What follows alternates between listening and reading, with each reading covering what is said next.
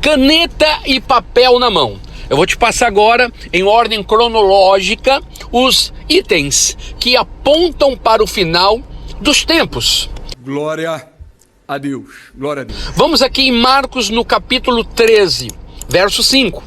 Jesus respondeu: não deixem que ninguém os engane, pois muitos virão em meu nome, dizendo, eu sou o Cristo, e enganarão a muitos. O primeiro sinal, então, que Jesus nos adverte é que haveria falsos profetas e falsos cristos. Alguns exemplos, pregadores que marcam a data da volta de Jesus. Ninguém sabe nem o dia nem a hora.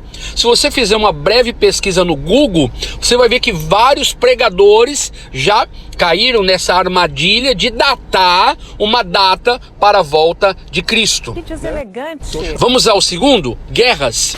Marcos 13, do 7 ao 8. Vocês ouvirão falar de guerras e ameaças de guerras, mas não entrem em pânico.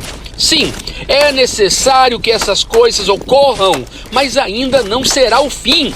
Uma nação guerreará contra outra e um reino contra o outro. O segundo sinal do fim dos tempos são as guerras. No século XX tivemos 2 guerras mundiais. Nações têm se levantado contra a própria nação, são as guerras civis, e reinos contra os próprios reinos, revoluções. Vamos ao terceiro, terremoto. No verso 8 ainda diz, uma nação guerreará contra outra e um reino contra o outro.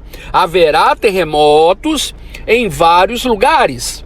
Outro sinal do fim é o aumento dos tremores que mostram como a terra está em desequilíbrio, apontando para o fim. Ainda no Evangelho de Marcos, capítulo 13, verso 8. Uma nação guerreará contra a outra e um reino contra o outro. Haverá terremotos em vários lugares e também fome. Tudo isso, porém, será apenas o começo das dores. Olha, já temos 7 bilhões de habitantes no planeta e há estudos que comprovam que o mundo terá 9 bilhões de pessoas em 2045. E o pior, não tem capacidade para manter com alimentos este número de pessoas. Agora, Marcos 13, 9 diz que tenham cuidado. Vocês serão entregues aos tribunais e açoitados nas sinagogas. Por minha causa, serão julgados diante de governadores e reis. Essa será a sua oportunidade de lhes falar ao meu respeito. Verso 11. Quando forem presos e julgados, não se preocupem com o que dirão. Falem apenas o que lhes for concedido naquele momento, pois não serão vocês que falarão, mas o Espírito Santo. Esta profecia nunca foi tão real como está detalhada aqui.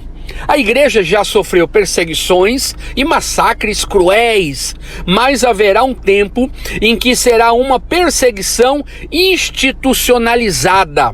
O texto explica que os servos de Deus serão levados diante das autoridades para prestar depoimento de sua fé. Ainda em Marcos 13, verso 10, fala sobre avivamento. É necessário, primeiro, que as boas novas sejam anunciadas a todas as nações. Verso 11. Quando forem presos e julgados, não se preocupem com o que dirão. Falem apenas o que lhes for concedido naquele momento, pois não serão vocês que falarão, mas o Espírito Santo. Antes de acontecer o fim, também acontecerá um grande avivamento na terra. O evangelho será pregado em todas as nações e os crentes, mesmo perseguidos, serão cheios do Espírito Santo. A Bíblia está sendo traduzida para milhares de línguas com rapidez, devido aos novos recursos tecnológicos de tradução, como por exemplo o Google Tradutor. Missionários têm sido enviados de todos os países para o mundo inteiro. Agora podemos ler também em Marcos 13, 12. O irmão trairá seu irmão e o entregará à morte. e assim também o pai a seu próprio filho. Os filhos se rebelarão contra os pais e os matarão. Um grave problema que já vivemos é que as famílias têm sido alvo de muitas tribulações. Lares têm sido destruídos pelos vícios, prostituição e outras maldades. Além disso, grande parte da juventude atual não quer mais constituir família. Este processo de reconstrução da família é também cumprimento das profecias sobre o fim do mundo. Marcos 13:13. Todos os odiarão por minha causa, mas quem se mantiver firme até o fim será salvo.